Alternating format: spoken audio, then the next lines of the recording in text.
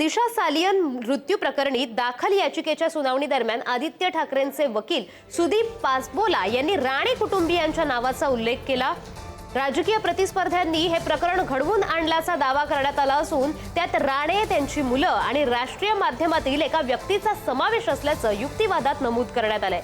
मात्र दिशा यांच्या वडिलांबद्दल पूर्ण सहानुभूती असूनही याचिकेतील मागण्या तथ्यहीन आणि टिकण्यायोग्य नसल्याचा दावा पासपोला यांनी केलाय।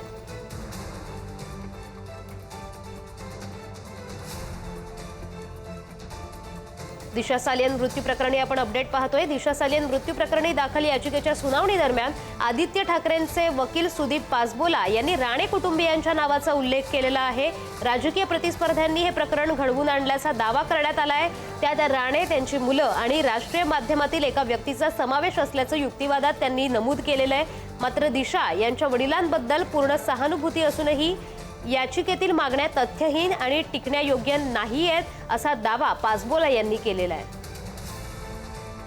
या संदर्भात अधिकचे अपडेट्स देतात आमचे प्रतिनिधी नंदकिशोर गावडे। नंदकिशोर, ठाकरेंच्या वकिलांचा एक राणेंवर गंभीर दावा समोर येतोय, नेमकी काय अपडेट आहे?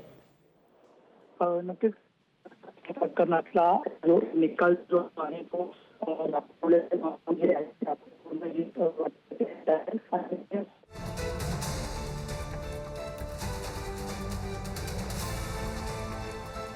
आपण पाहतोय दिशा सालियन प्रकरणात राणेंच्या नावाचा उल्लेख करण्यात आलेला आहे। नंदकिशोर, त्यांच्याशी संपर्क होत नाहीये।